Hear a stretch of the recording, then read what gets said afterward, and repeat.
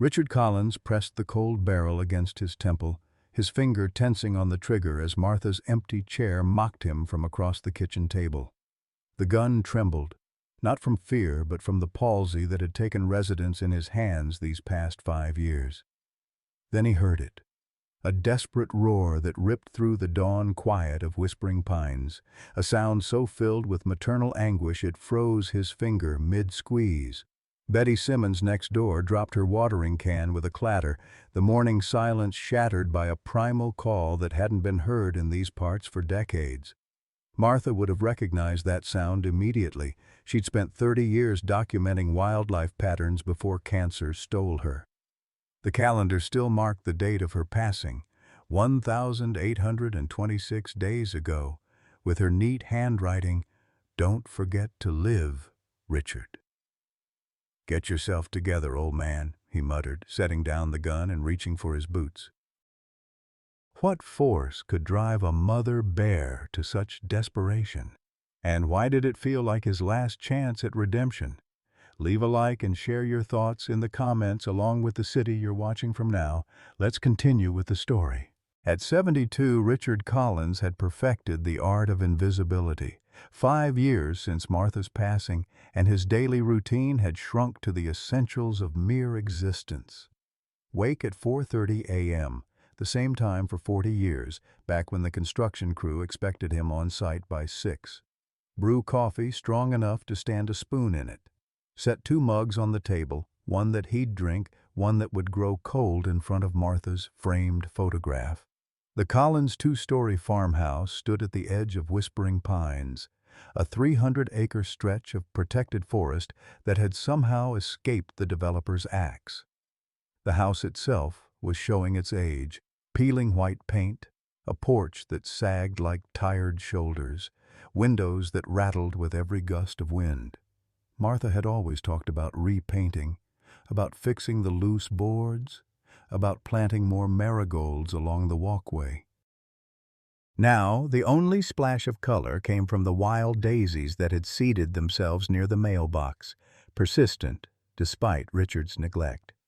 "Morning, Martha," Richard would say to the photograph, the one from their 30th anniversary cruise to Alaska. Her smile still reached her eyes back then, before the diagnosis, before the chemo stripped away her copper-colored hair and left her skin translucent as tissue paper. "Supposed to rain today. Might need to patch that leak in the workshop roof." Martha's silence had become a character in the house, as real and substantial as any living person. Sometimes in the spaces between the ticking of the grandfather clock and the hum of the old refrigerator, Richard thought he could hear her humming that Patsy Cline song she loved so much. His children had their own lives now. Sarah, the eldest at 45, was chief of surgery at Portland General, married to a tax attorney with 2 teenagers who called maybe twice a year on holidays. Michael, 42, ran some tech company in Austin, something about software and the cloud that Richard could never quite understand. Their calls had dwindled from weekly to monthly, and now to occasional texts that felt like obligatory check-ins to make sure the old man hadn't keeled over yet. "Dad, have you thought about selling the place? Moving somewhere more manageable?" Sarah would ask during their brief conversations, her voice carrying that doctor's tone of professional concern mixed with impatience. "This house is plenty manageable," Richard always answered, though the gutters needed cleaning and the back steps were rotting through. The truth, the one he never shared with his children, was that he couldn't leave this house. Not because of the memories of Martha that haunted every corner, though those were reason enough. No, Richard Collins couldn't leave because this house anchored him to his greatest shame, to the debt he could never repay, to the night 30 years ago when a split-second decision had destroyed one family and doomed his own to a half-life built on secrets and silent guilt. Only Betty Simmons, his neighbor of 20 years, seemed to see him these days. The 70-year-old retired nurse brought over casseroles he didn't eat and news of a town he no longer visited. "You're fading away, Richard Collins," she'd told him last week, her voice matter-of-fact. "Martha would kick your behind if she saw you like this." She was right, of course. But what Betty didn't understand was that fading away was exactly what Richard deserved. The bear's roar still echoed in Richard's ears as he made his way into Whispering Pines. The morning dew soaked through his worn boots, but he barely noticed. His heart, sluggish for so many years, now pounded with unfamiliar urgency. He knew these woods like the lines on his palm. He and Martha had walked these trails nearly every evening for 40 years. But today, the forest felt different, charged with something he couldn't name. He followed the sound, moving deeper into the pine-scented shadows. The trail narrowed, forcing him to duck beneath low-hanging branches. The roar came again, closer now, but weaker, a sound of pain, of desperation. "I'm coming," he muttered, though he knew the animal couldn't understand. "Hold on." When Richard finally reached the small clearing, the sight before him stole his breath. A large female black bear, her dark fur glossy in the dappled sunlight, lay trapped. Her left front paw was caught in a cruel metal trap, its serrated teeth digging deep into flesh and bone. Blood darkened the forest floor beneath her, but what stopped Richard cold were the 3 tiny cubs huddled against their mother's side, mewling pitifully, their eyes not yet open to the world that had already shown them such cruelty. The mother bear's eyes found his, dark, intelligent, filled with a pain that transcended species. She made no move to attack, though Richard stood well within striking distance. Instead, she let out a soft, plaintive sound that seemed to reach directly into the hollow place inside his chest where his heart had once been. "Jesus Christ," Richard whispered, slowly lowering himself to his knees. Who would do this? The trap was industrial grade, not something local hunters would use. This was professional equipment and completely illegal in Whispering Pines, which had been designated a wildlife sanctuary 20 years ago after Martha's tireless campaigning. Richard assessed the situation with the methodical mind of a former construction foreman. The trap's spring mechanism was powerful. He'd need tools to release it. The bear had clearly been trapped for at least a day, maybe longer. She was weakening from blood loss and dehydration, and those cubs, newborns by the look of them, wouldn't survive long without their mother's milk and warmth. "I'll be back," he promised the bear, standing slowly.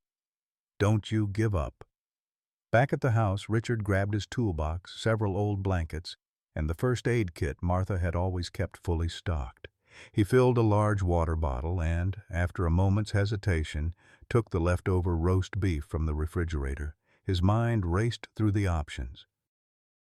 The ranger station was 30 miles away, and Parker, the local wildlife officer, was on vacation in Florida. The nearest vet who handled large animals was in Oak Ridge, a 2-hour drive. Richard's hand hovered over the phone. Sarah would know what to do. She was a doctor, after all, but the memory of their last conversation stopped him. "Dad, you need to start thinking about assisted living," she had said, her voice clinical and detached. "You can't keep rattling around that big house alone." He dialed anyway.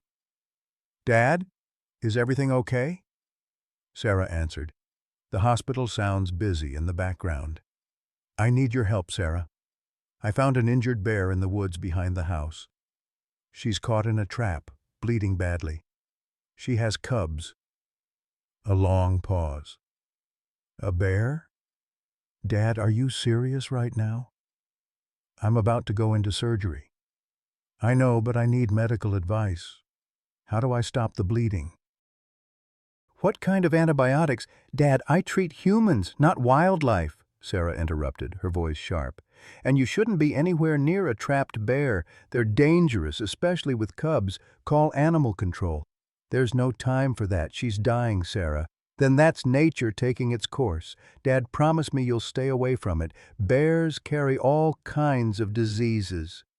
Richard felt something harden inside him. Your mother would have helped. Silence, then. "That's not fair. I have patients waiting." The line went dead. Richard stood motionless, the phone still in his hand. Then he dialed his son. "Dad, what's up?" Michael sounded distracted. Keyboard clicks in the background. Michael, I need to borrow some money, just temporarily. There's an emergency with... Is this about the property taxes again? Dad, we talked about this. You can't keep pouring money into that place. It's time to... It's not about taxes, Richard cut in. It's about saving lives. I need about $2,000 for medical supplies, and Michael's sigh was audible even through the phone. Dad, are you drinking again? The question hit like a physical blow. I haven't touched a drop in 5 years, not since your mother. Look, I've got a meeting in 2 minutes. We can talk about this on Sunday when I call. Just don't do anything crazy, okay? Another deadline. Richard set the phone down, a strange calm settling over him. His own children thought he was a senile old drunk. Maybe he deserved that, but those bears deserve better. Looks like it's just you and me, he told Martha's photograph as he gathered his supplies. He could have sworn her smile widened just a fraction. Richard returned to the clearing with his supplies, moving as quietly as his old joints allowed. The mother bear was still there, her breathing labored but steady. She lifted her head when she sensed his presence, nostrils flaring, but made no aggressive move. The cubs were curled against her side, occasionally making soft, whimpering sounds that twisted something in Richard's chest. Easy now, he murmured, setting down his toolbox. I'm here to help. He approached slowly, every movement deliberate and calm. Everything he'd ever read about bears warned against getting this close, especially to a mother with cubs. But desperation recognized desperation. This bear knew she was dying, knew her cubs would die without her, and somehow sensed that Richard was her only hope. The trap was worse than he'd initially thought. The metal teeth had bitten deep into the bear's flesh, nearly to the bone. Infection had already set in. The wound was hot to the touch, with angry red streaks climbing up the leg. Without antibiotics, sepsis would kill her within days, if not hours. Richard set to work with the pliers and crowbar, attempting to release the spring mechanism.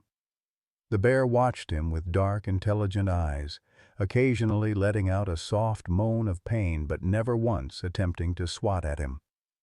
Sorry, girl, Richard whispered as he worked. I know it hurts. Just a little more. After 20 minutes of struggling, sweat pouring down his back despite the cool morning air, he finally managed to release the trap. The bear pulled her injured paw free, then collapsed onto her side, panting heavily. Richard immediately poured clean water over the wound, then applied antibiotic ointment from Martha's first aid kit. It was meant for humans, not 300-pound bears, but it was better than nothing. The real problem now was getting them to safety. The bear couldn't walk, and the cubs needed warmth and food. Making a decision, Richard spread the blankets on the ground next to her. We need to get you somewhere safe, he told the bear, knowing she couldn't understand the words but hoping his tone conveyed his intentions. I'm going to move your babies first, then come back for you. One by one, Richard gently picked up the tiny cubs. They were surprisingly light, their eyes still sealed shut, their fur damp from their mother's warmth. Each one made tiny, chirping sounds as he placed them in the center of the blanket. The mother watched intently, but made no move to stop him. Carefully bundling the cubs, Richard lifted them. I'll be right back, he promised the mother. Then began the slow journey home. Betty Simmons was watering her front garden when Richard emerged from the tree line, the blanket bundle in his arms. Richard Collins, what on earth? She began, then stopped short when she saw what he was carrying. Are those bear cubs? Mother's trapped in the woods, Richard replied, not breaking stride. Injured, bad, going to bring her back too. Betty dropped her watering can and hurried over. Richard, have you lost your mind? You can't just... I can and I will, he cut her off, his voice steady. You going to help me or not? Betty stared at him, then at the tiny creatures in the blanket. Her face softened. Martha would have my hide if I didn't. What do you need? Get the workshop ready. Clean blankets, warm water. Then call Dr. Harrison. He's a vet, but he owes me a favor. Tell him it's life or death." Betty nodded, already moving toward his house. "And the mother bear?" "I'm going back for her now." It took 2 hours. Every ounce of Richard's fading strength and an improvised stretcher made from a tarp and 2 fallen branches, but he managed to drag the mother bear back to his workshop. She was semi-conscious by then, the pain and blood loss taking their toll. The cubs, nestled in a box lined with Martha's old sweaters, cried for their mother. Betty, true to her word, had the workshop prepared. She'd even found an old baby bottle in her attic, sterilized it, and was ready with warm milk formula. "Dr. Harrison is on his way," she said as they settled the bear on the blanket-covered floor.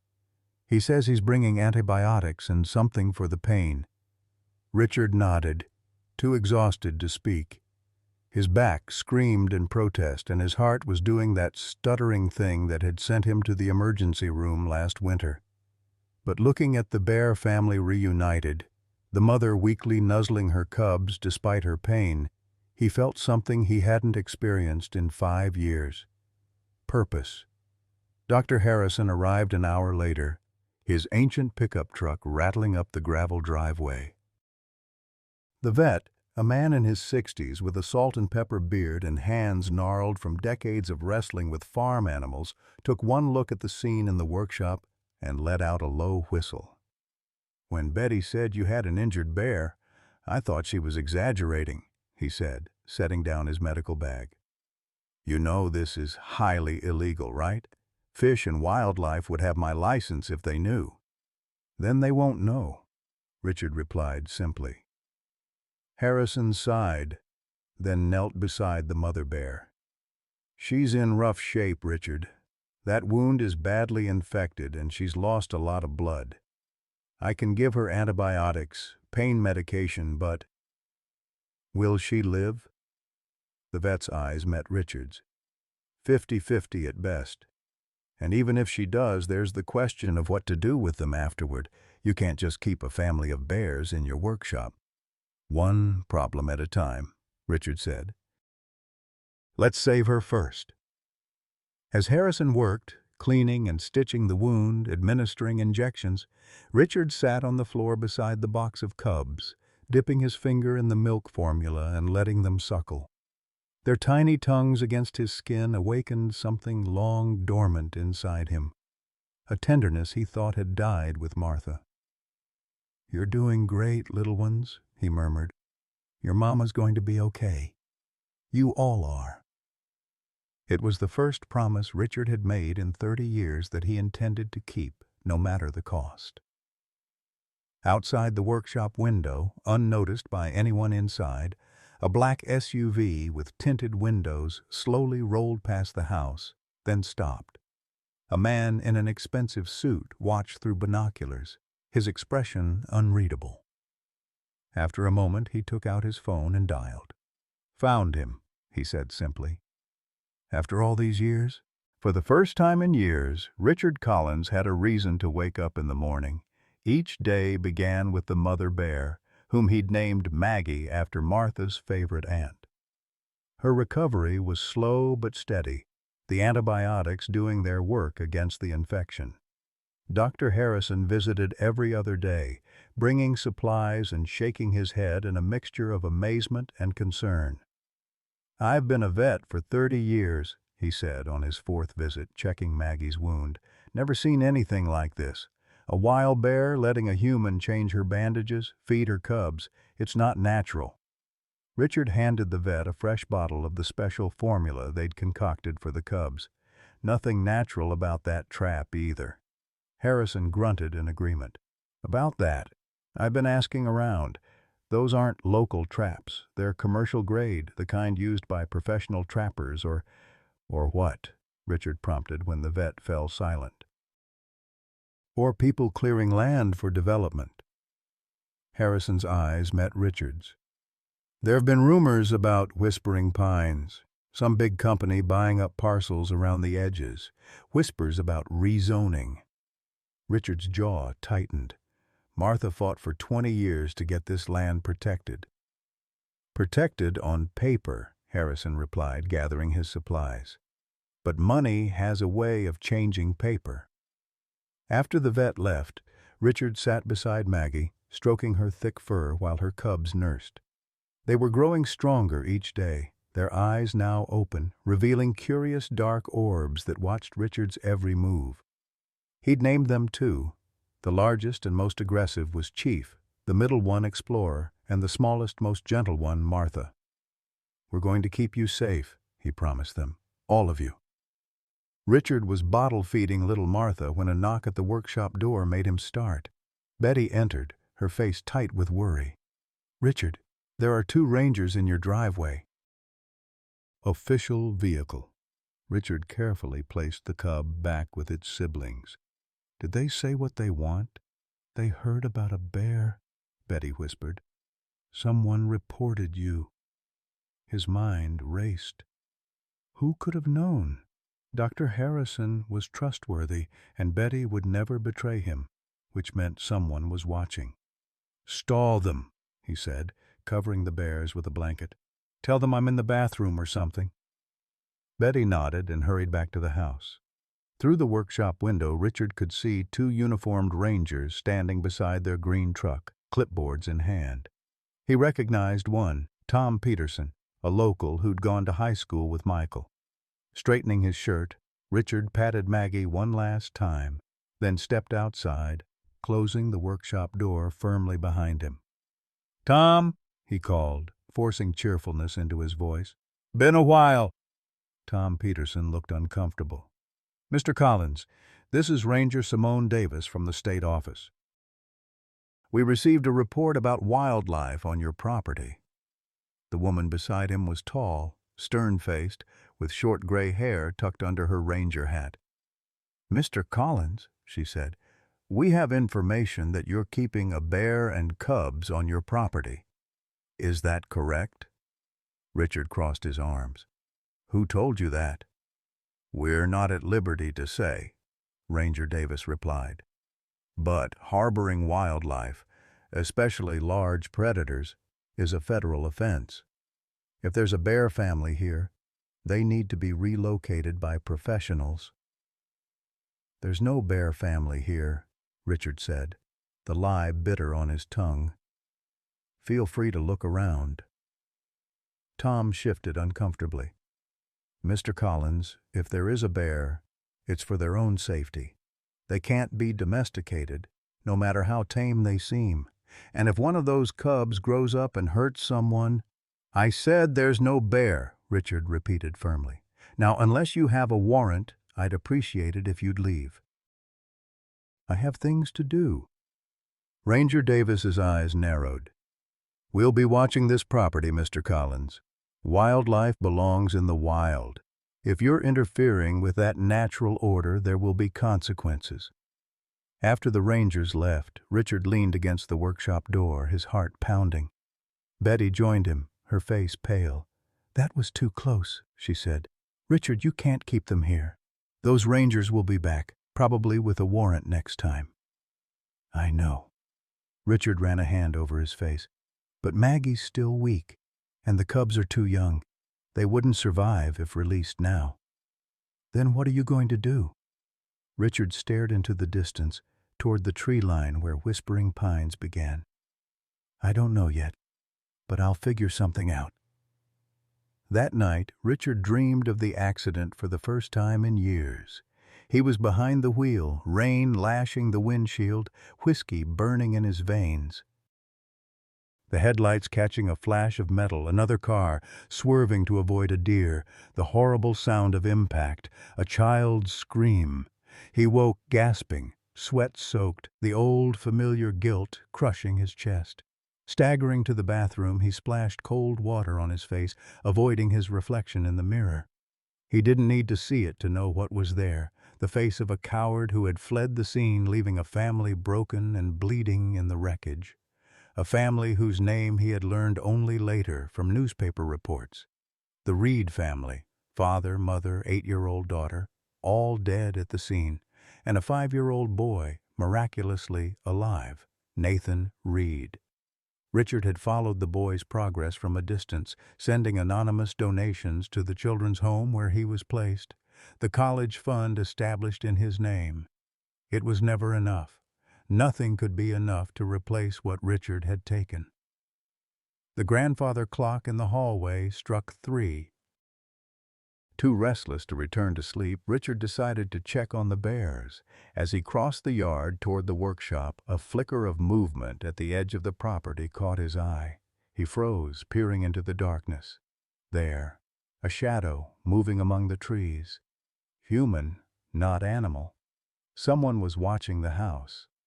Richard changed direction, moving quietly toward the tree line. Decades of hunting with his father had taught him how to move silently, and age hadn't completely robbed him of the skill. As he drew closer, he could make out a figure crouched behind an old oak, binoculars raised toward the workshop. "Can I help you?" Richard called out, his voice carrying in the night stillness. The figure startled, dropped something, then bolted deeper into the woods. Richard rushed forward, but his arthritic knees betrayed him. By the time he reached the tree, the intruder was gone. All that remained was a small, expensive digital camera, apparently dropped in the hasty retreat. Back in the house, Richard examined his find. The camera was high-end, the kind professional photographers used. He turned it on and scrolled through the images. Dozens of photos of his property, his house, the workshop. And most concerning, several shots taken through the workshop window, clearly showing Maggie and her cubs. Someone had been documenting everything. But why? The answer came the next morning in the form of 3 black SUVs pulling into his driveway. From the lead vehicle emerged a man in his 30s, wearing a tailored suit that probably cost more than Richard's monthly pension. He was flanked by 2 larger men, clearly security personnel. "Mr. Collins?" The man approached, hand outstretched. "Nathan Reed, CEO of Reed Development. I was hoping we could talk." Richard felt the blood drain from his face. Nathan Reed, the boy from the accident. Here, standing in front of him, all grown up. For a moment Richard thought he might collapse. "Mr. Collins, are you all right?" Reed's voice seemed to come from far away. "Fine," Richard managed, ignoring the offered hand. "What do you want?" If Reed was offended by the brusque response, he didn't show it. Instead, he smiled. A practiced, professional smile that didn't reach his eyes. "I'll get right to the point. My company is developing a luxury eco-resort in this area. We've already acquired most of the surrounding properties, but yours is, shall we say, a crucial piece of the puzzle." One of Reed's men handed him a leather portfolio, which he opened to reveal a document. "I'm prepared to offer you 3 times the market value for your property. That's $1.2 million, Mr. Collins. More than enough to buy a comfortable condo in the city, closer to your children." Richard stared at the figure on the paper, then back at Reed's face, searching for any sign of recognition. Did he know? Was this some elaborate form of revenge? But Reed's expression remained pleasantly neutral. "I'm not interested in selling," Richard said finally. "This is my home." Reed's smile tightened almost imperceptibly. "I understand the sentimental attachment, Mr. Collins. But at your age, wouldn't it be better to be closer to medical facilities, family? This is a very generous offer, but it's time-limited. Development begins next month." "Development," Richard repeated. "This land is protected. Whispering Pines is a designated wildlife sanctuary." Reed closed the portfolio. "Was a sanctuary. The county rezoned it last month. Quite legal, I assure you." His tone remained cordial, but something cold had entered his eyes. "Progress is inevitable, Mr. Collins. The question is whether you want to benefit from it or be left behind." The threat, though veiled, was clear. "And what about the wildlife that lives here?" Richard asked, thinking of Maggie and her cubs. "Where do they go when you build your resort?" We have an excellent relocation program, Reed replied smoothly. Speaking of wildlife, I understand you've become quite the amateur zoologist recently. A chill ran down Richard's spine. So it had been Reed's people watching the house, documenting the bears. I don't know what you're talking about. Reed sighed, as if disappointed by the denial. Mr. Collins, we both know you're harboring a family of bears on your property. Highly illegal, as I'm sure the rangers informed you. One phone call from me and Fish and Wildlife would be here with tranquilizer guns and transport cages. The bears would be relocated, if they're lucky. Often bears that have become habituated to humans are deemed too dangerous and are euthanized. Richard's hands curled into fists at his sides. Is that a threat? Not at all. Just stating facts. Reed reached into his jacket and pulled out a business card. Take a week to think about my offer. I believe it's the best option for everyone involved, including your Ursine friends. As Reed and his entourage drove away, Richard stood motionless in the driveway, the business card clutched in his hand. The name mocked him. Nathan Reed, CEO, Reed Development. The little boy from the accident had grown into a powerful man and now held Richard's fate and Maggie's in his hands. Betty appeared at his side, her face grim. I heard everything. What are you going to do? Richard watched the dust settle on the road. I need to know more about this man, about what happened to him after his family died. Why? Betty asked. What difference does it make? Because I need to know if he knows who I am, Richard replied. If this is about the land, or if it's about revenge. That afternoon, as Richard sat with Maggie and her cubs, his cell phone rang, a rare occurrence these days. The screen displayed Sarah's name. Dad? His daughter's voice had an unfamiliar urgency. Are you okay? I'm fine, he replied, surprised by her concern. Why? I just got a call from some development company. They said they're buying properties near you. Wanted to know if I thought you'd be interested in selling. Asked a lot of questions about you. Richard felt a twinge of warmth at her protective tone. What did you tell them? To go to hell, obviously, Sarah replied, and Richard could almost see her rolling her eyes. Dad, what's going on? Should I be worried? For a moment, Richard considered telling her everything, about Maggie, about Reed, about the 30-year-old guilt that haunted him. But old habits die hard. Nothing to worry about, he assured her. Just some developer trying to buy up land. I'm not selling. Are you sure you're okay out there alone? Michael and I were talking, and maybe we should come visit. It's been a while. That would be nice, Richard said, and was surprised to find he meant it. But not right now. I've got some projects going on. After hanging up, Richard sat in thought, absent-mindedly stroking Maggie's fur. The bear had grown stronger each day and the cubs more active. They couldn't stay hidden in the workshop much longer. Even if Reed hadn't threatened to expose them, they needed space, freedom, a proper habitat. But releasing them now, with developers circling, would be a death sentence. As if sensing his distress, Maggie lifted her massive head and nudged Richard's hand with her nose. Her dark eyes held a depth of understanding that sometimes unnerved him.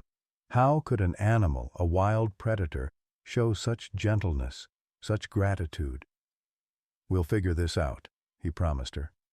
I won't let anything happen to you or your cubs. That night, Richard couldn't sleep. He sat at the kitchen table, surrounded by papers, deed to the property, Martha's wildlife conservation documents, newspaper clippings about the accident from 30 years ago. The puzzle pieces were all there, but he couldn't yet see how they fit together. A soft knock at the back door startled him. Betty stood on the porch wearing a bathrobe and a concerned expression. Lights on past midnight usually means trouble, she said, settling into the chair across from him. "Talk to me, Richard." He hesitated, then pushed the oldest newspaper clipping toward her. The headline read, "Tragic Accident Claims 3 Lives, Child Sole Survivor." "Nathan Reed," he said, tapping the grainy photo of emergency workers carrying a small boy from the wreckage. "The developer who wants my land. He was that boy." Betty's eyes widened as understanding dawned. "The accident you were involved in? It was his family?" Richard nodded, the old shame burning in his throat. "I was drunk. It was raining. I swerved into their lane." His voice broke. "I killed his parents, his sister. And then I drove away, left him there alone." "Oh, Richard," Betty whispered, her hand covering his. "Does he know it was you?" "I don't know. I changed my name afterward, moved here to Martha's hometown. The police never found me, but now he's here, threatening the bears, wanting my land. It can't be coincidence." "What are you going to do?" Richard stared at the photograph, at the small, traumatized face of the boy whose life he had shattered. "I'm going to protect Maggie and her cubs, and then I'm going to face Nathan Reed and the truth." As dawn broke over Whispering Pines, Richard made his decision. He would build a sanctuary, not just for Maggie and her cubs, but for all the wildlife that would be displaced by Reed's development. And to do that, he would have to confront the past he'd been running from for 30 years. Whatever it cost him, whatever price Reed demanded, Richard would pay it. It was time. Richard spent the next 3 days preparing. With Betty's help, he converted the old barn at the edge of his property into a makeshift wildlife sanctuary. They reinforced the fencing, created separate enclosures, and stocked up on supplies. Maggie was healing well enough to be moved from the workshop, and the cubs, now more active and playful, needed room to explore safely. "This is temporary," Richard explained to Dr. Harrison as they transported the bear family to the barn, "just until I figure out a more permanent solution." The vet shook his head, administering a mild sedative to keep Maggie calm during the move. "Richard, you're playing a dangerous game. If Reed Development has as much influence as you say, they'll find a way to shut this down." "Let them try," Richard replied, his voice hard with determination. By nightfall, Maggie and her cubs were settled in their new home. Richard sat on a bale of hay, watching as the mother bear carefully inspected every corner of the enclosure before allowing her cubs to venture out from under her protective watch. Little Martha, the smallest cub, tumbled over to Richard and pawed at his boot, her dark eyes curious and trusting. "You shouldn't do that," Richard told her gently. "You're a wild bear. You should be afraid of humans." But as he spoke, Chief and Explorer joined their sister, climbing over Richard's legs with the fearlessness of creatures who had never learned to fear man. Maggie watched from a few feet away, seemingly content to let her cubs interact with the human who had saved them. Richard's phone buzzed in his pocket, a text from Sarah. "Dad, I'm worried. That Reed Development called again. Something feels off. Call me." Before he could respond, headlights swept across the barn's entrance. Richard quickly ushered the cubs back to their mother and stepped outside, closing the door firmly behind him. 2 black SUVs idled in his driveway, their engines purring in the night stillness. From the first vehicle emerged Nathan Reed, alone this time, dressed more casually in dark jeans and a jacket. The moonlight caught his face as he approached, highlighting features that Richard now realized carried echoes of the family he had destroyed. "Mr. Collins," Reed called, his voice carrying in the quiet night, "I hope I'm not interrupting anything important." "It's late," Richard replied, positioning himself between Reed and the barn. "Most people call before dropping by." Reed's smile was cold. "Most people don't harbor illegal wildlife." "But then, most people don't leave the scene of fatal accidents either, do they, Mr. Winters? Or should I call you by your real name?" The world seemed to tilt beneath Richard's feet.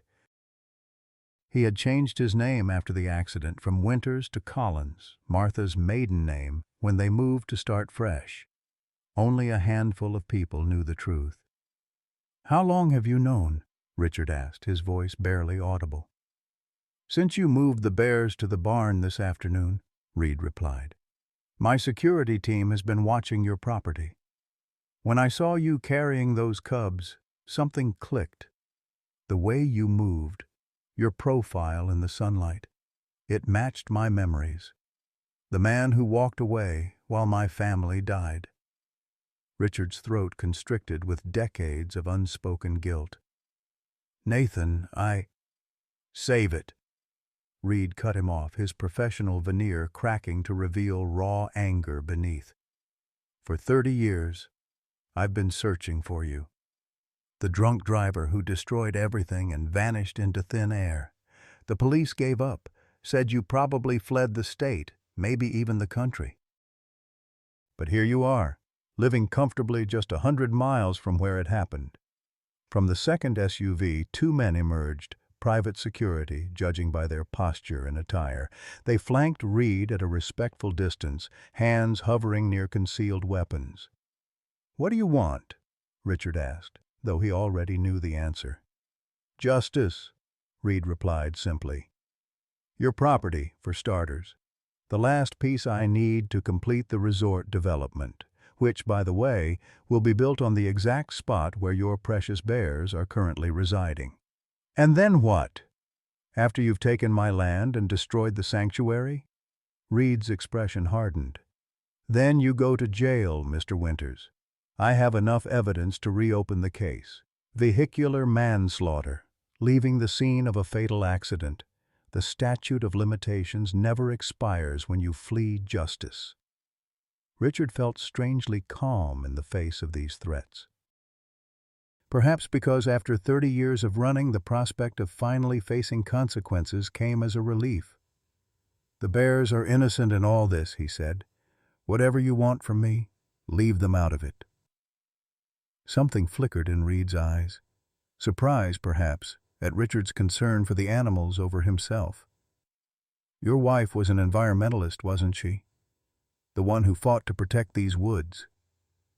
He gestured toward Whispering Pines. "Martha Collins. I researched her when I was planning this development. Never made the connection until now." "Martha had nothing to do with what happened," Richard said firmly. "She spent her life trying to protect places like this. And yet she married a man who left a 5-year-old boy to die in a wrecked car," Reed countered, his voice brittle. "Did she know what you did, or was your entire marriage built on lies?" Before Richard could answer, a thunderous crash came from inside the barn, followed by Maggie's alarmed roar. The security men drew their weapons instinctively, moving toward the sound. "Stay back!" Richard shouted, placing himself between the armed men and the barn door.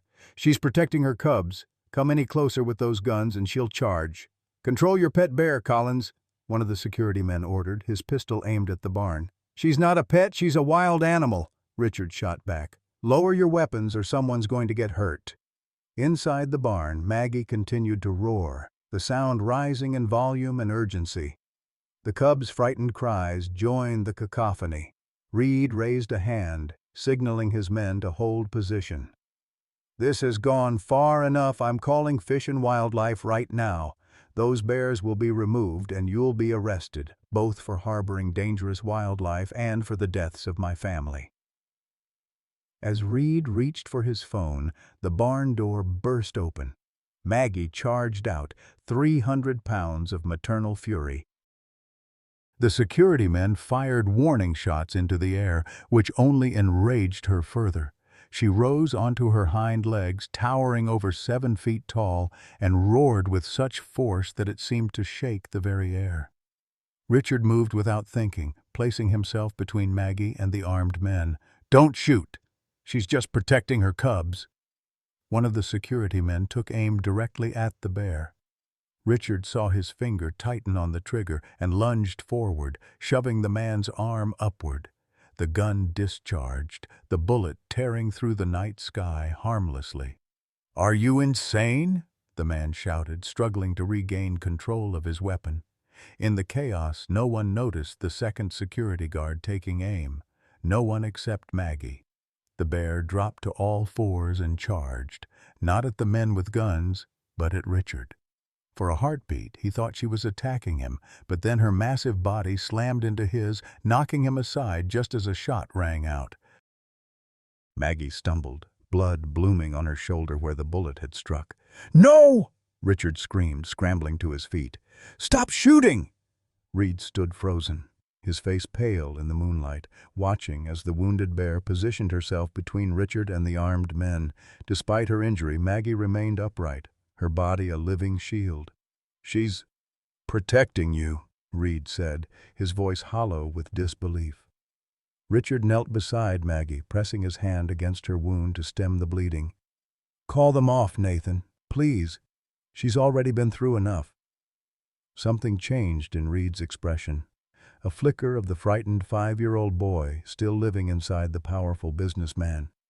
He raised his hand again, this time in a definitive gesture for his men to stand down. "Lower your weapons," he ordered, his voice shaking slightly. "Back to the vehicles." "Now." The security men hesitated, clearly reluctant to leave their employer with an injured and potentially dangerous bear, but Reed's glare brooked no argument. They retreated slowly, guns still drawn but pointed downward. When they were out of earshot, Reed approached cautiously, keeping a respectful distance from Maggie, who was now lying on her side, breathing heavily, her dark eyes fixed on Richard's face. "Why would she do that?" Reed asked, genuine bewilderment in his voice. "Take a bullet for you?" Richard continued applying pressure to Maggie's wound, tears streaming down his weathered cheeks. "Because she knows what it means to protect someone you care about, even at the cost of your own life." He looked up at Reed. "Something I failed to understand 30 years ago." Reed stared at the scene before him. An old man cradling the head of a wounded bear, their faces reflecting the same pain, the same determination. It was like witnessing something from another world, a relationship that defied human understanding. "I need to get her inside," Richard said. "She needs medical attention." After a long moment, Reed nodded. "I'll help you." Together, they managed to coax Maggie back into the barn. The cubs rushed to their mother, whimpering and nuzzling her face. Richard examined the wound more carefully. The bullet had passed through the fleshy part of her shoulder, missing bone and vital organs. With proper care, she would recover. As Richard cleaned and bandaged the wound, Reed stood at a distance, watching in silence. Finally, he spoke, his voice barely audible over Maggie's labored breathing. "When I was trapped in that car," he said, "I could hear them dying. My father first, then my sister. My mother lived the longest. She kept telling me everything would be okay, that help was coming." His voice cracked. "But it didn't come. Not until morning. By then I was the only one left." Richard's hands stilled. "I can't change what I did, Nathan. I can't bring them back. If going to prison will give you peace, I'll go without a fight. Just promise me these bears will be safe." Reed's laugh was bitter. "Peace? I haven't known peace since I was 5 years old. I built a fortune thinking it would fill the void. I tracked you down, believing revenge would heal me." He gestured toward Maggie and her cubs. "And now I find you here, risking your life for a family of bears." "They deserve a chance," Richard said simply. "Same as everyone."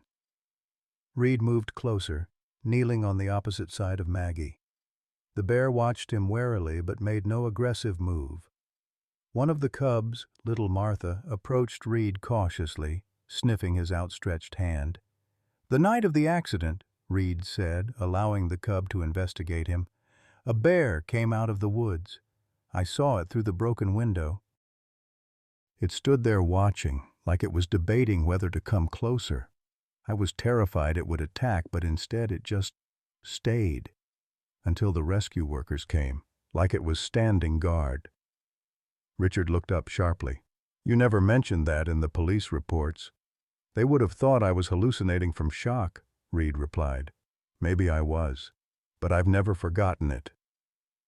As if understanding she was the subject of their conversation, Maggie lifted her massive head and looked directly at Reed.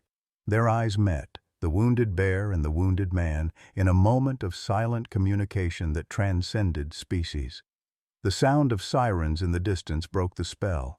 Someone, probably one of Reed's security team, had called the authorities despite his orders. "They'll take her away," Richard said, panic rising in his voice. "They'll separate the family." Reed stood abruptly, decision crystallizing in his face. "Not if I have anything to say about it." He pulled out his phone and dialed rapidly. "This is Nathan Reed. I need you to call off any Fish and Wildlife or police response to the Collins property immediately. Yes, right now. Tell them it was a false alarm." Richard stared at him, uncomprehending. "Why would you help us?" Reed ended the call and looked down at Maggie and her cubs, then back at Richard. "Because," he said quietly, "I'm tired of destroying families." The next morning arrived with a mist hanging over whispering pines. Richard had spent the night in the barn, sleeping on a pile of hay beside Maggie. Dr. Harrison had come in the middle of the night to properly treat her gunshot wound, grim-faced but efficient. "She's lucky," the vet had said. "Clean through and through, no major vessels or nerves hit, but she'll need rest and antibiotics." Richard had nodded, too exhausted for words. The events of the night, Nathan Reed's revelation, Maggie's protective leap, the fragile truce that had formed in the aftermath, had left him drained. Now, as dawn light filtered through the barn's dusty windows, Richard checked Maggie's bandages. The bear was awake but subdued, allowing him to examine her wound without protest. The cubs nestled against her side, little Martha occasionally pawing at the bandage with curious concern. "You're going to be fine," Richard assured her, stroking her broad head. "We all are." A soft knock at the barn door made him look up. Nathan Reed stood in the doorway, alone, carrying a cardboard tray with 2 coffee cups and a paper bag. "Thought you might need this," he said, holding up the tray. "And some breakfast." Richard hesitated, then nodded toward an old work table. Reed placed the tray there and carefully approached the bear family. Maggie watched him warily but made no threatening move. "How is she?" Reed asked. "Healing," Richard replied, accepting the offered coffee. "Bears are resilient." Reed sat on a hay bale, maintaining a respectful distance from the bears. "I sent my security team away, told them the situation was being handled differently." Richard sipped the coffee, black and strong, just how he liked it. "And how exactly is this situation being handled?" The younger man stared into his own cup as if searching for answers in the dark liquid. "I've been planning my revenge for so long that I never considered what would happen afterward. Would killing you or sending you to prison bring my family back? Would destroying this land heal what was broken inside me?" Maggie shifted position, causing both men to glance her way. The bear's intelligent eyes moved between them as if following their conversation. "She saved your life," Reed observed quietly. "Why would a wild animal do that?" Richard shook his head. "I've been asking myself the same question. Maybe because I saved hers, maybe because animals understand things we don't, like forgiveness." The word hung in the air between them, heavy with implication. "I haven't forgiven you," Reed said finally. "I'm not sure I can." "I wouldn't expect you to," Richard replied. "What I did was unforgivable." Reed pulled out his phone and showed Richard a photo. 3 smiling faces at what looked like a beach. "My wife, Andrea. Our twins, Sophie and Jake." "There's 7. He swiped to another image, a family gathered around a Christmas tree. "Andrea's parents. Her brother's family. This is who I am now, not just the orphaned boy from the accident." Richard studied the photos, seeing the happiness in Reed's face as he held his children. "You have a beautiful family." "Andrea says I work too much," Reed continued, putting away the phone. "That I'm driven by something she can't understand. She's right. Every achievement, every acquisition, every victory in business, they've all been attempts to fill the hole my parents' death left. Including buying my land?" Reed's expression darkened. "This property was just another business deal until I realized who you were. Then it became personal." Richard glanced at Maggie and her cubs. "And now?" "Now?" Reed stood and walked to the barn door, looking out at whispering pines in the morning light. "Now I'm not sure what it is anymore." Before Richard could respond, the sound of a car engine reached them. A moment later, Betty appeared in the doorway, her face tight with concern. "Richard, you've got visitors. Your children are here." Richard felt his heart skip. "Sarah and Michael? Both of them?" Betty nodded. "They're at the house demanding to know what's going on. Said they've been trying to call you all night." Reed straightened his jacket. "I should leave." "No," Richard said firmly. "It's time for the whole truth. For everyone."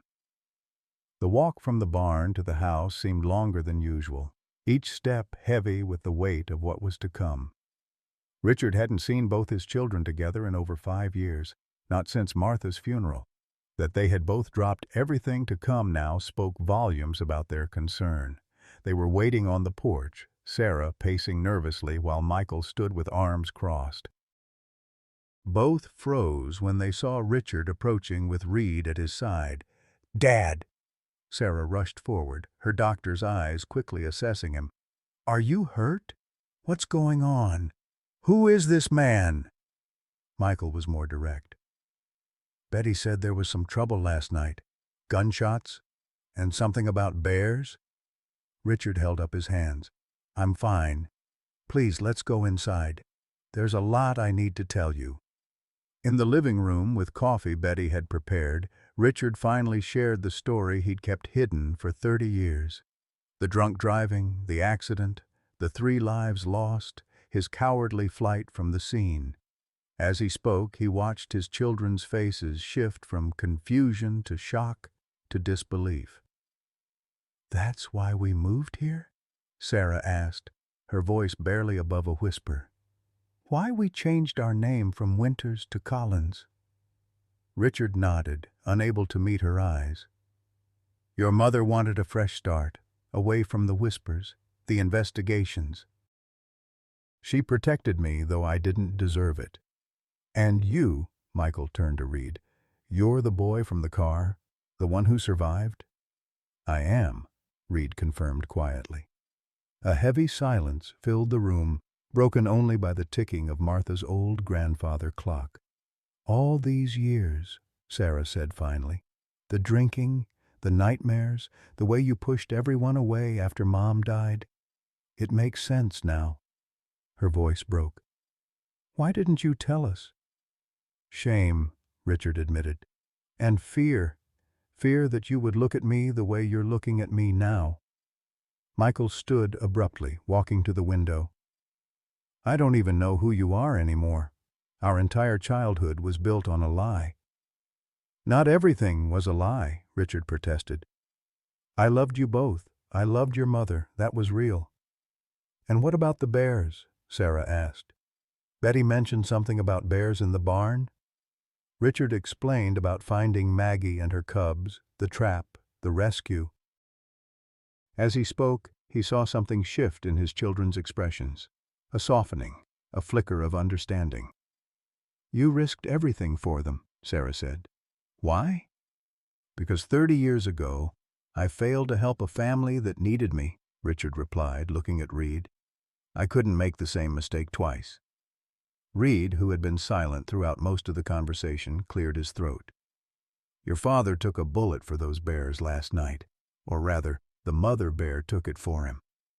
I've never seen anything like it." Michael turned back from the window. "So what happens now? Are you pressing charges?" The question hung in the air. Reed studied Richard for a long moment before answering. I came here seeking justice, or revenge. I'm not sure I knew the difference. He paused. But what would justice look like after all this time? Your father has lived with his guilt for 30 years. Would prison change anything? What about your development plans? Richard asked. The resort you want to build on Whispering Pines? Reed looked out the window at the forest beyond. That was always about more than business. I wanted to build something permanent on the spot that had taken everything from me. A reclamation of sorts. He turned back to the group. But maybe there's another way to honor my family's memory. What do you mean? Sarah asked. A sanctuary, Reed said. Not a resort, but a wildlife sanctuary. For the bears and all the other animals that call Whispering Pines home. Richard stared at him in disbelief. You would do that? Not alone, Reed replied. This would be a partnership. Your land, my resources. A living memorial to both our families. Michael shook his head.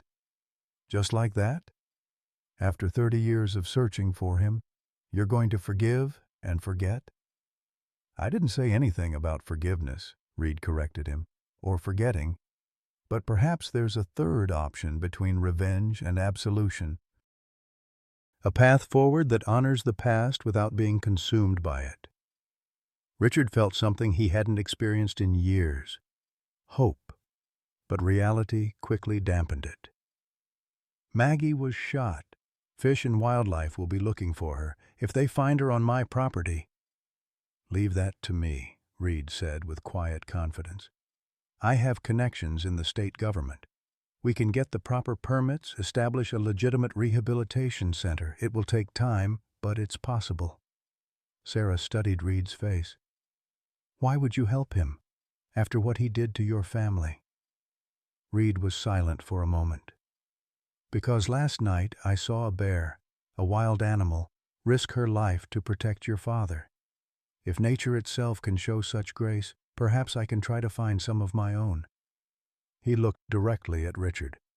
I'm not promising forgiveness, but I am offering a way forward. The grandfather clock struck 10, its deep chime reverberating through the house.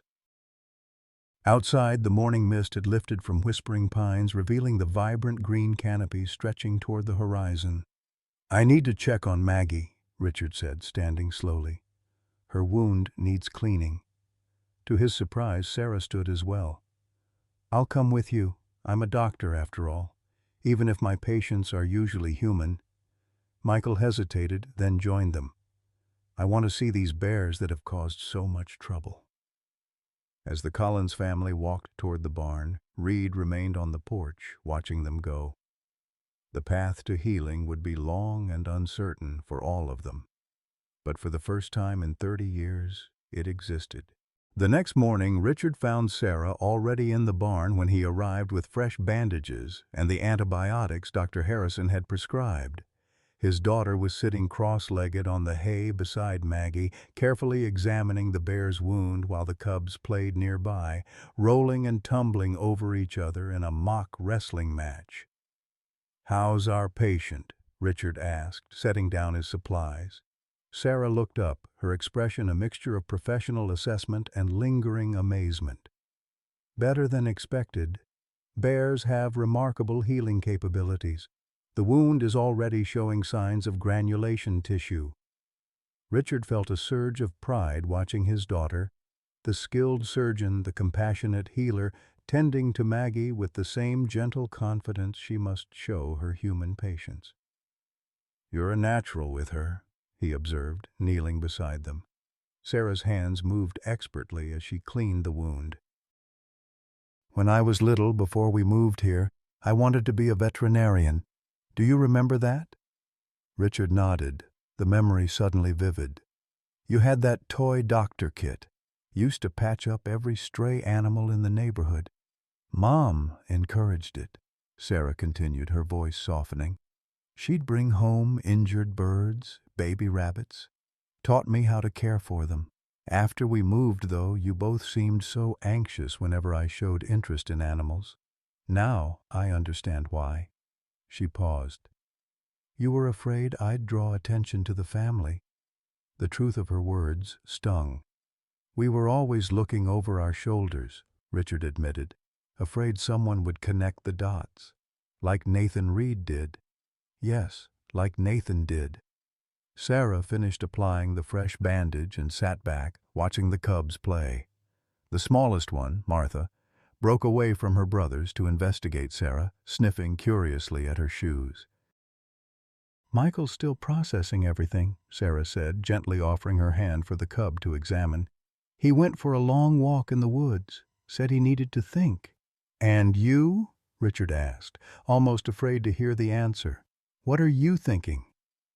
Sarah was quiet for a long moment, her gaze fixed on the tiny bear cub now pawing at her fingers. "I'm thinking about Mom," she finally said.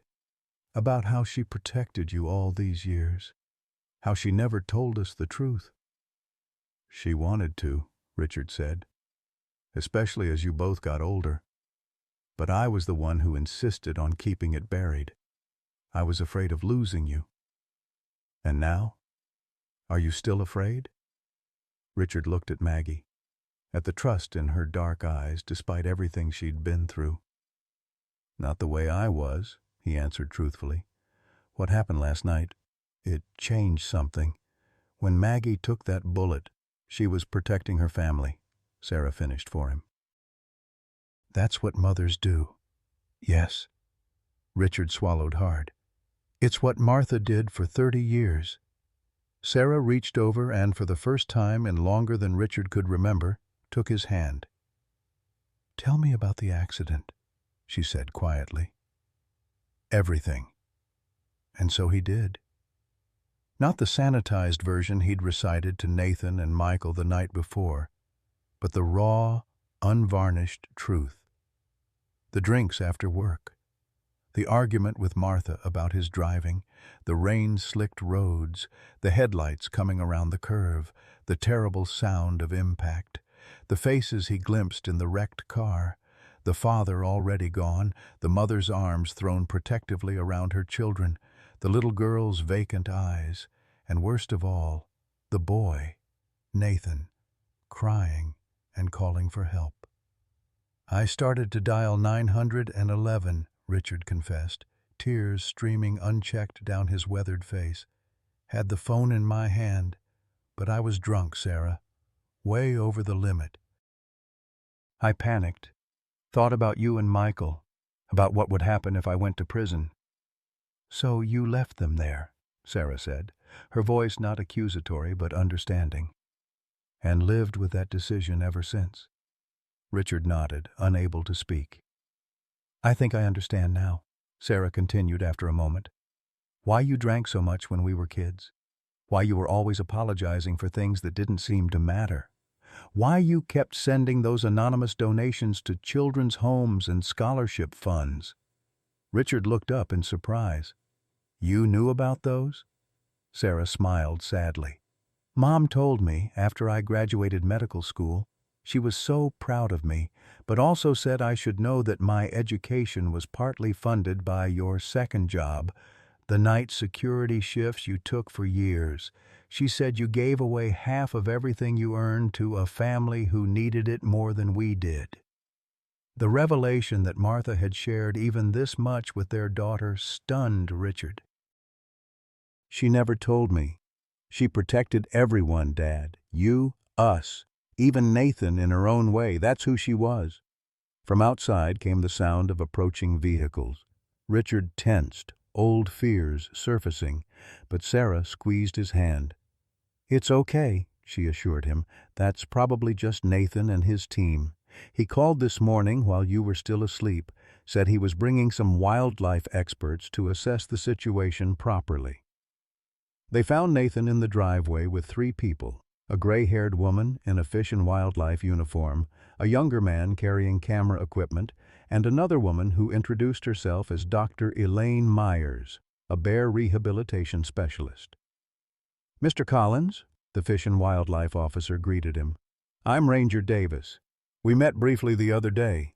Mr. Reed has explained the situation with the injured bear family, and we're here to help determine the best path forward."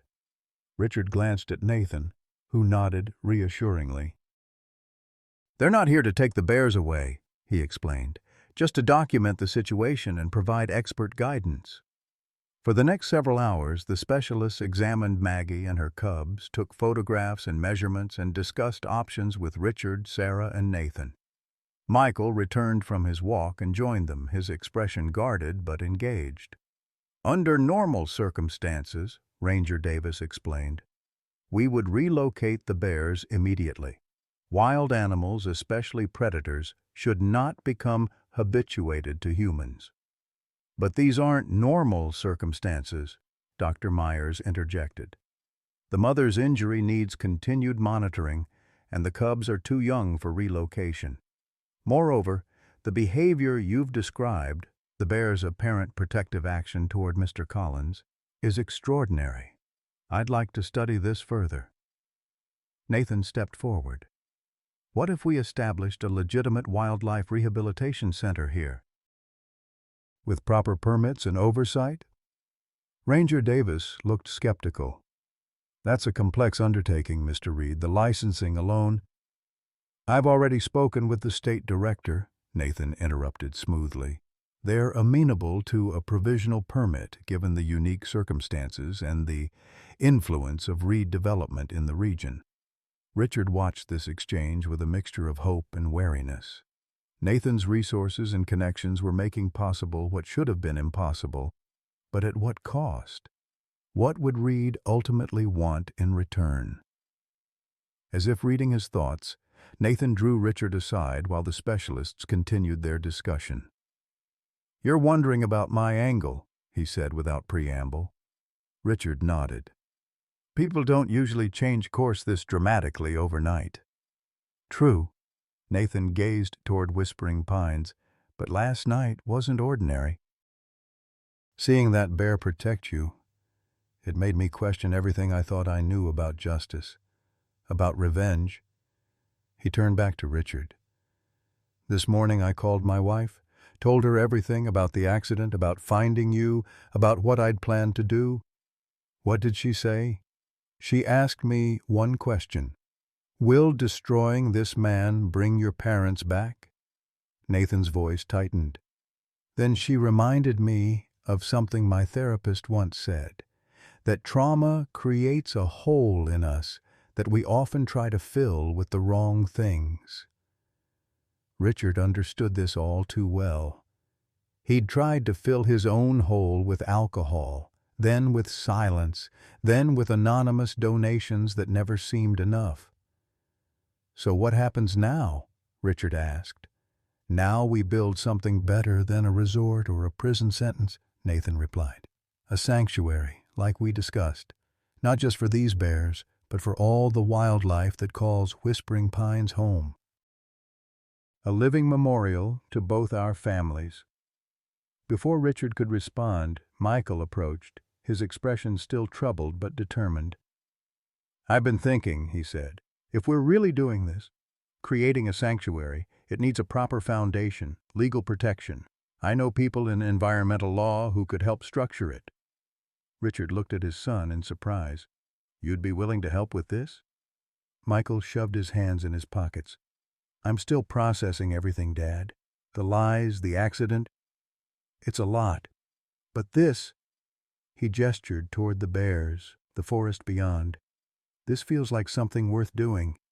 Maybe the only thing worth doing, given everything that's happened." As the sun began to set, the specialists prepared to leave, promising to return the next day with more equipment and supplies. Richard stood on the porch with his children, watching as Nathan conferred with Ranger Davis beside the vehicles. "Do you trust him?" Sarah asked quietly. Richard considered the question carefully. "Trust isn't the right word. I think we understand each other in a way no one else can. We're bound by the same tragedy, just on opposite sides." "He could still change his mind," Michael pointed out. "Decide that revenge is what he wants after all." He could, Richard agreed. But I don't think he will. As if aware they were discussing him, Nathan looked up and caught Richard's eye. Something passed between them. Not forgiveness, not yet, but acknowledgement. A recognition of the path they had both walked these past 30 years, and the new one they might forge together. Later that evening, as Richard sat alone in Martha's garden, watching the first stars appear above whispering pines, he felt her presence more strongly than he had in years. Not as a ghost or a memory, but as a continuing influence, a guiding hand that had never truly left him.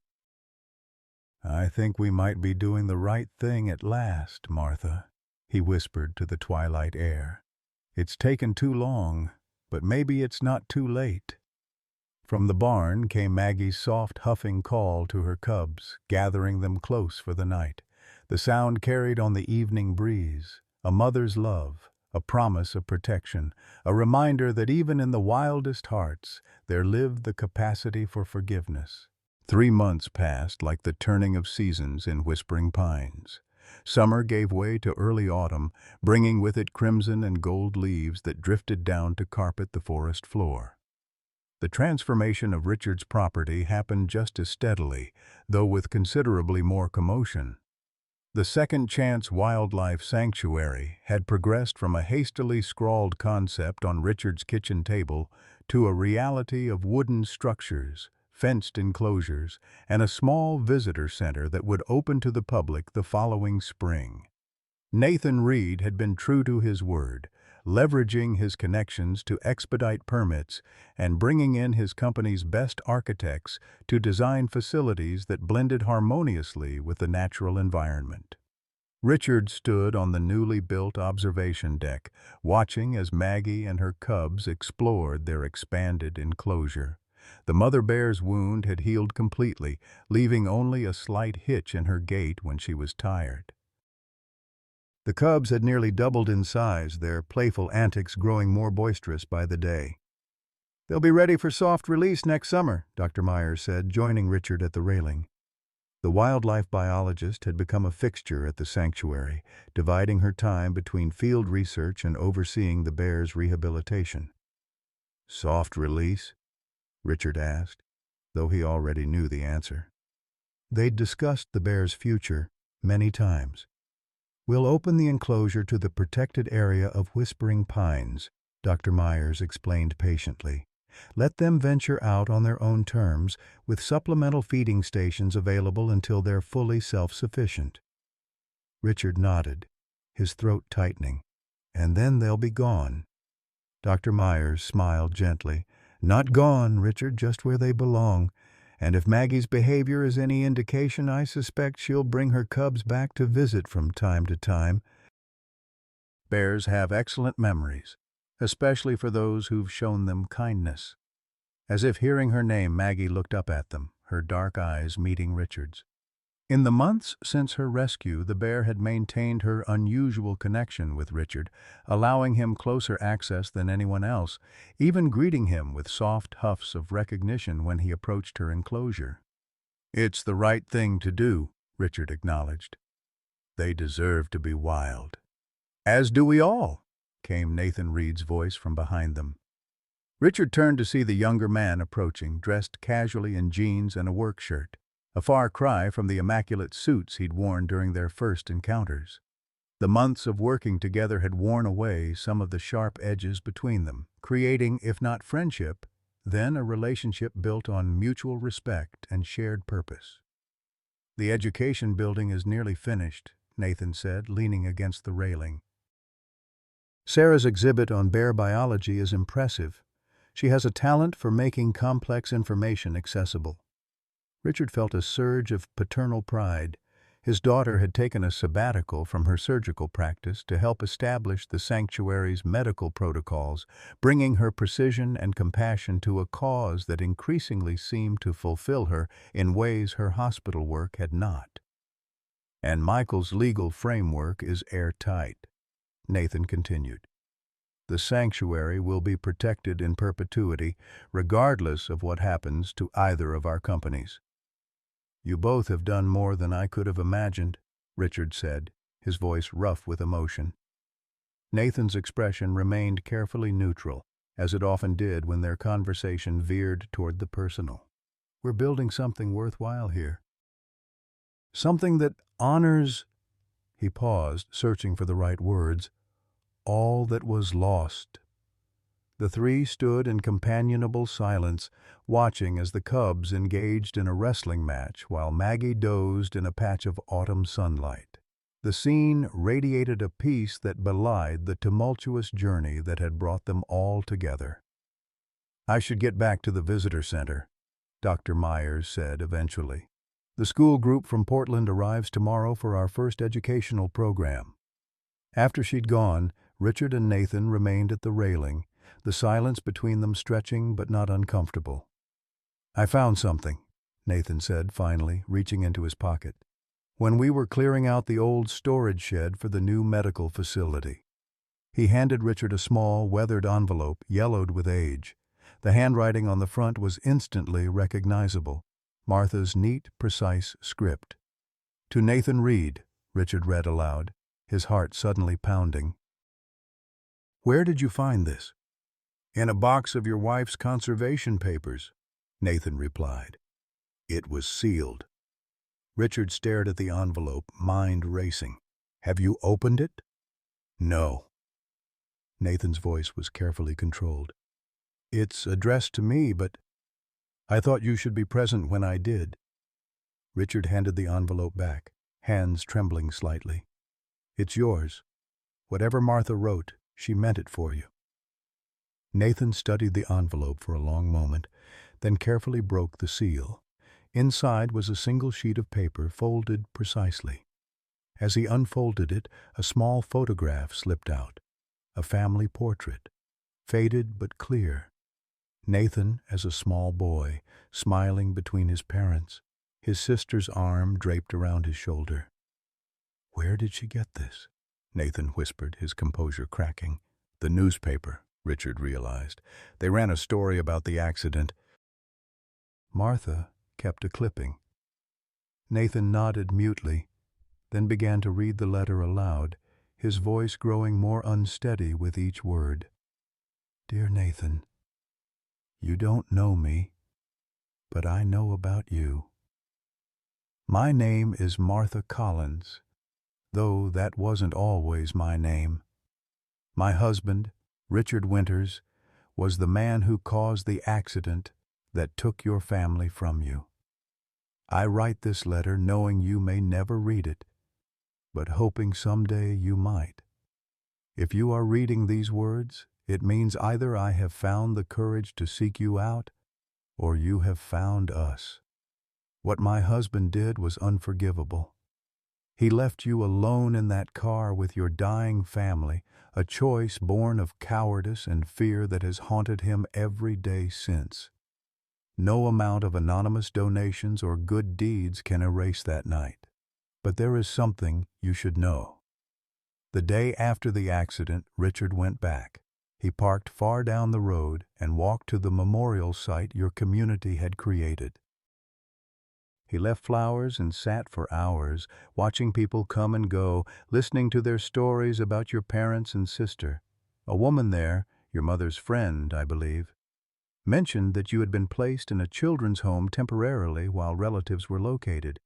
She said you weren't speaking, that you kept asking for a photograph of your family, but all the family photos had been destroyed in the accident. That night, Richard contacted the newspaper. He pretended to be a distant relative, requesting copies of any family photos they might have from their reporting. The enclosed photograph is the result of that request. Richard made copies and arranged for them to be delivered to you at the children's home, anonymously. It was the first of many anonymous gifts over the years.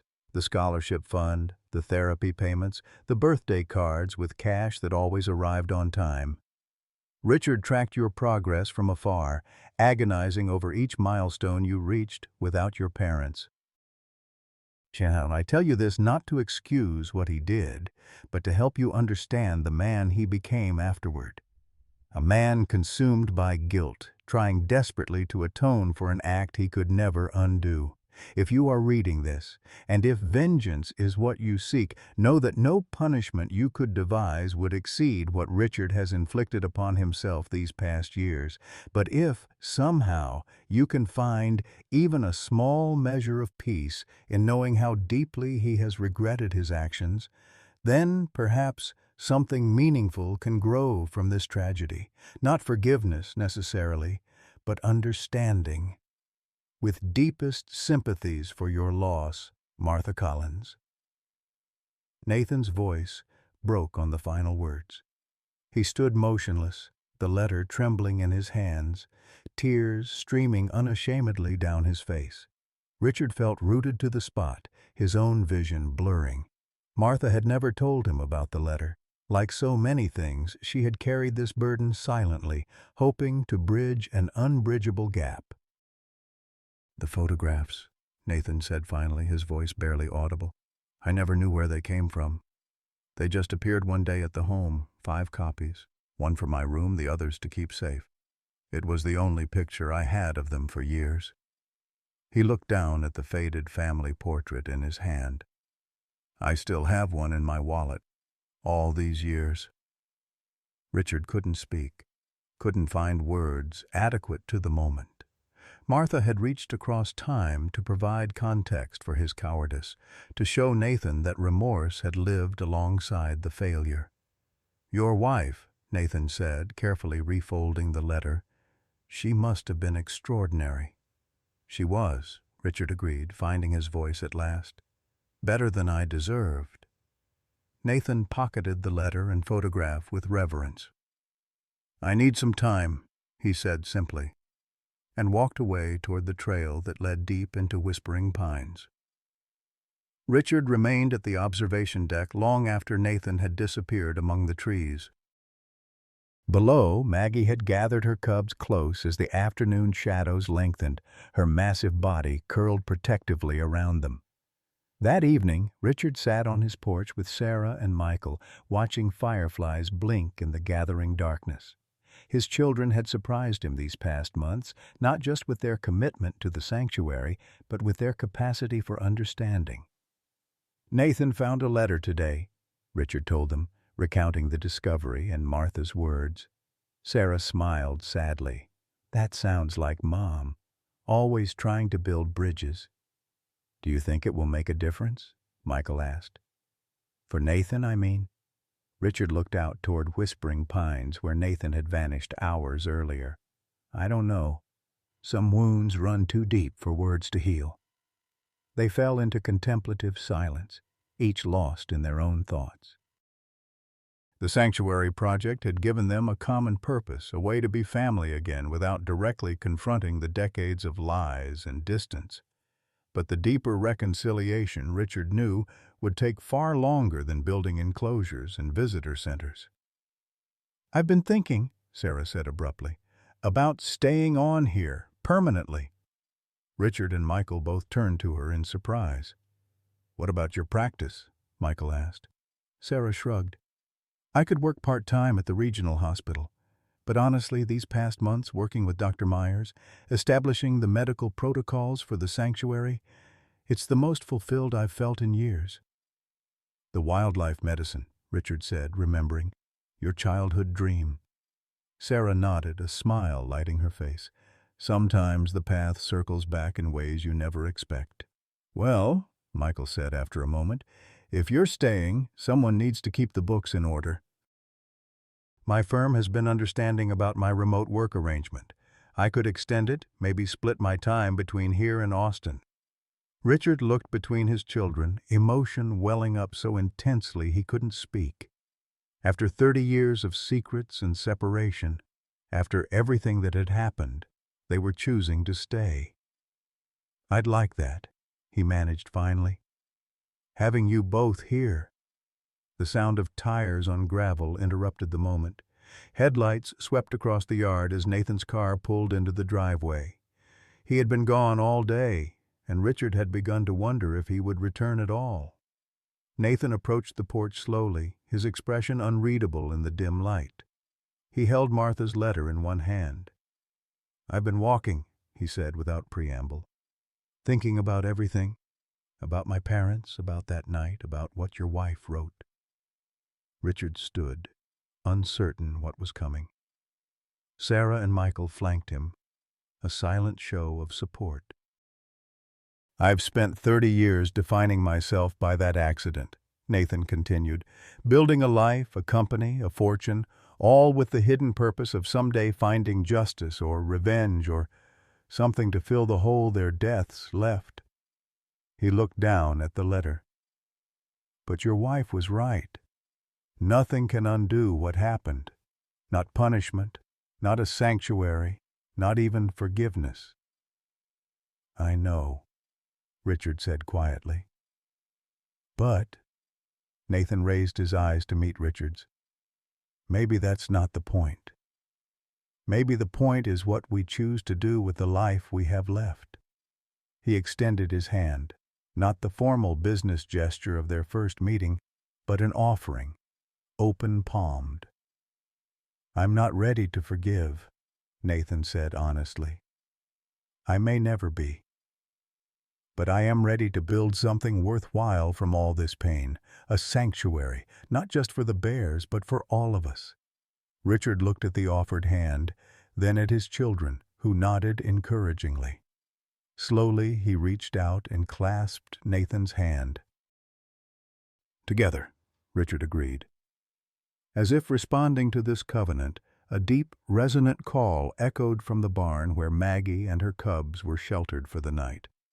The mother bear's voice carried across the property, not a roar of fear or pain as on that first fateful morning, but a calm, contented sound.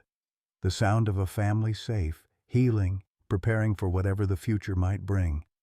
Richard recognized it for what it was, not an ending, but a beginning, for the bears, for his children, for Nathan, and for himself, a second chance, hard-won and precious. "Together," he repeated. And in that moment, beneath the stars that had witnessed both tragedy and redemption, it felt like Martha was smiling down upon them all. Friends, Mother Bear pleads to save her cubs, reminds us that it's never too late for redemption, healing, and new beginnings. Like Richard Collins, many of us carry burdens from our past. Missed opportunities, strained family relationships, or paths not taken. But Richard's journey shows us that even in our golden years we can find purpose and forgiveness. When he rescued that bear family, he wasn't just saving wildlife. He was reclaiming his own humanity. The sanctuary he built became more than a home for wounded animals. It became the foundation for healing his relationship with his children and finding peace with the man whose family he had harmed decades earlier.